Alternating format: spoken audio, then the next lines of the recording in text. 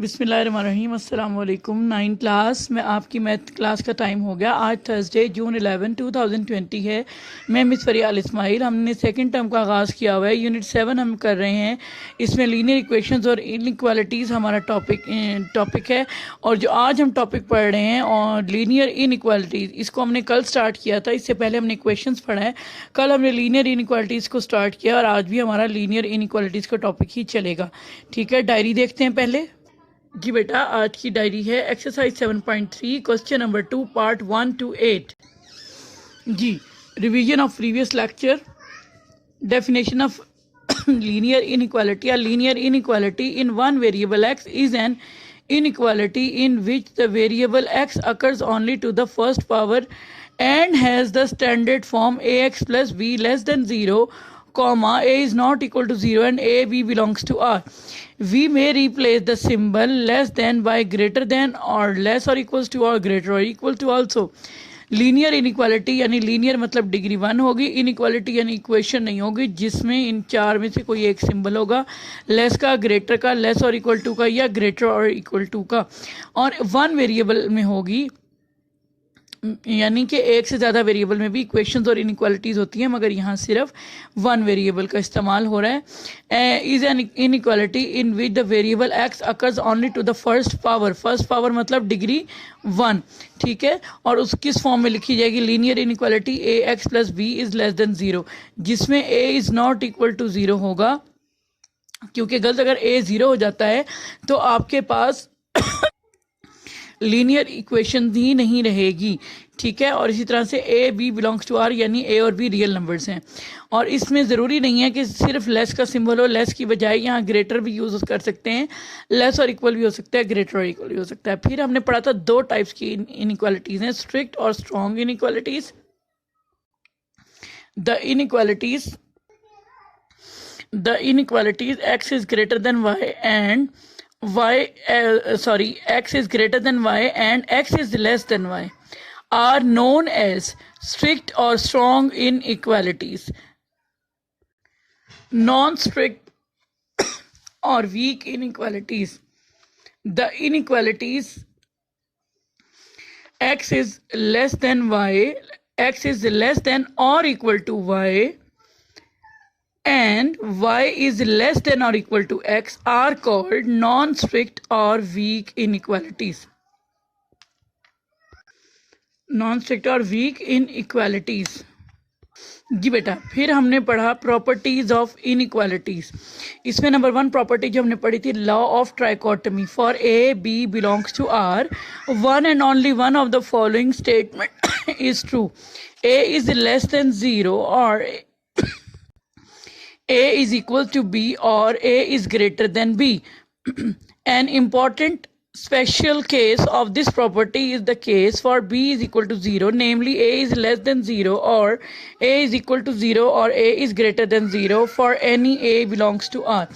Girls, इस property में ये है कि दो रियल नंबर्स के दरमियान इन तीन में से एट अ टाइम एक ही रिलेशन ट्रू होगा। यानी या वो दो नंबर्स का कंपैरिजन अगर हम करें तो वो या ए लेस देन बी होना चाहिए, अगर ऐसा नहीं है तो फिर वो दो नंबर इक्वल होंगे, यानी a is equal to b होगा या a is greater than b होगा। ठीक है, अगर ये तो हो गई जनरल प्रॉपर्टी। इसी की एक स्पेशल केस ये है कि अगर सेकंड नंबर बी जो है ना वो 0 ले लिया जाए, यानी 0 से कंपैरिजन किया जाए, तो हम कहेंगे कि एक नंबर लेस देन 0 होगा, या वो 0 होगा या वो ग्रेटर देन 0 यानी पॉजिटिव होगा, और लेस देन 0 मतलब नेगेटिव, यानी कोई। बेटा, ये थी आपकी फर्स्ट प्रॉपर्टी। सेकंड करते हैं ट्रांजिटिव प्रॉपर्टी। सेकंड प्रॉपर्टी है if a b c belongs to R, and इसमें दो तरह से स्टेटमेंट लिखी जा सकती है। एक दफ़ा ग्रेटर के सिंबल में और उसी प्रॉपर्टी को लेस के सिंबल में। रीड आउट करती हूँ। If A is greater than B and B is greater than C, then A is also greater than C.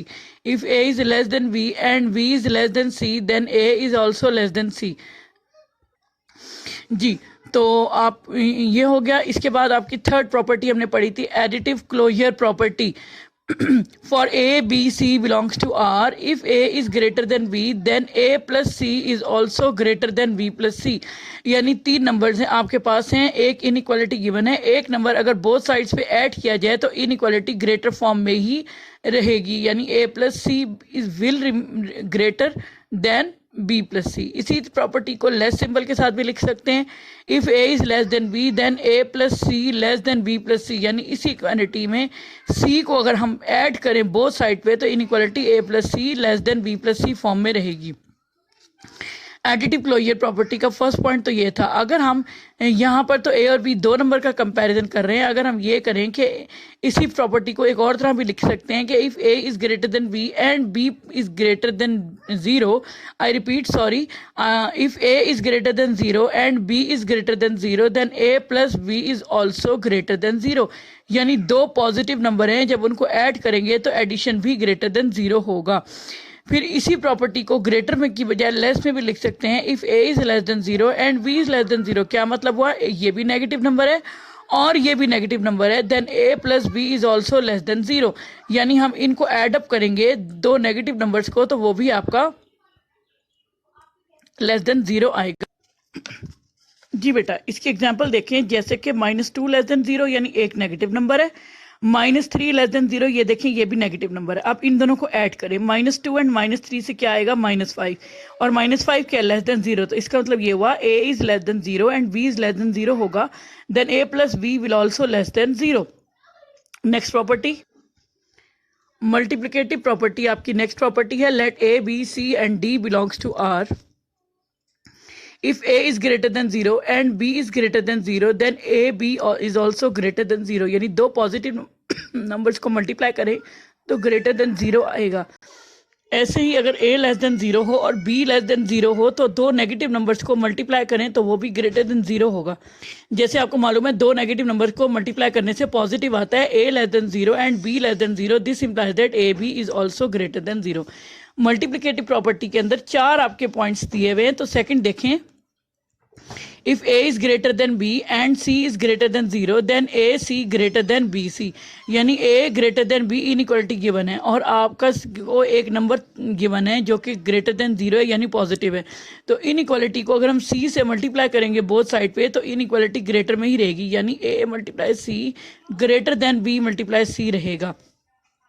इसी तरह ग्रेटर की बजाय अगर लेस वाली इनइक्वालिटी हो, if a less than b and c greater than 0, यानी in A less than B inequality given है, C greater than 0 यानी एक पॉजिटिव नंबर गिवन है और इस पॉजिटिव नंबर को इनइक्वालिटी से मल्टीप्लाई करें तो इनइक्वालिटी में कोई चेंज नहीं आएगा, यानी A multiply C less than B multiply C आपका होगा. थर्ड पॉइंट देखें, ये बहुत इंपॉर्टेंट पॉइंट है, इसको तवज्जो से सुनिएगा girls. If a greater than b and c is less than 0, यानी इनइक्वालिटी है a greater than b, c less than 0 का क्या मतलब है, एक नेगेटिव नंबर. अब मैं नेगेटिव नंबर को इनइक्वालिटी से मल्टीप्लाई कर रही हूँ तो a c और b c हो जाएगा, और जो ये ग्रेटर का सिंबल है नेगेटिव नंबर से मल्टीप्लिकेशन की वजह से रिवर्स हो जाएगा, यानी ग्रेटर चेंज हो जाएगा लेस में. इसकी एप्लीकेशन अभी आपने कल जो क्वेश्चंस किए थे उसमें भी देख चुके हैं, गौर से देख लें इसको दोबारा. If a is greater than b and c is less than 0, यानी इनइक्वालिटी है, उसको एक नेगेटिव नंबर से मल्टीप्लाई करने से इनइक्वालिटी साइन रिवर्स हो जाता है. पॉजिटिव नंबर से मल्टीप्लाई करने की सूरत में इनइक्वालिटी साइन रिवर्स नहीं होता, नेगेटिव नंबर से मल्टीप्लाई करते हुए इनइक्वालिटी साइन रिवर्स हो जाता है, ग्रेटर चेंज हो जाता है लेस में और लेस चेंज होता है ग्रेटर में.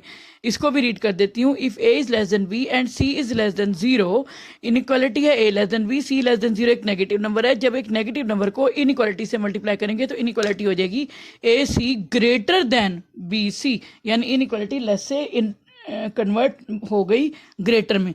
फिर एक फोर्थ पॉइंट आपको इसी प्रॉपर्टी के अंडर दिया हुआ है. If a is greater than b and c is greater than d, 2 different properties हैं. अगर आप a मल्टीप्लाई c करें और b मल्टीप्लाई d करें तो इनइक्वालिटी का सिंबल वही रहेगा, यानी ए सी ग्रेटर देन बी डी रहेगा. ठीक है बेटा. जी बेटा, इस वीडियो में आपको कल के लेक्चर के सारे पॉइंट्स को रिवीजन करवाई है, इनको गौर से सुने. अभी आपसे इसके बारे में क्वेश्चंस किए जाएंगे और फिर हम एक्सरसाइज स्टार्ट करेंगे 7.3 का क्वेश्चन नंबर 2. अच्छे तरीके से इस वीडियो को सुने और अपना कोई क्वेश्चन है तो पूछें और अपना फीडबैक दें. Thank you so much. अस्सलाम वालेकुम.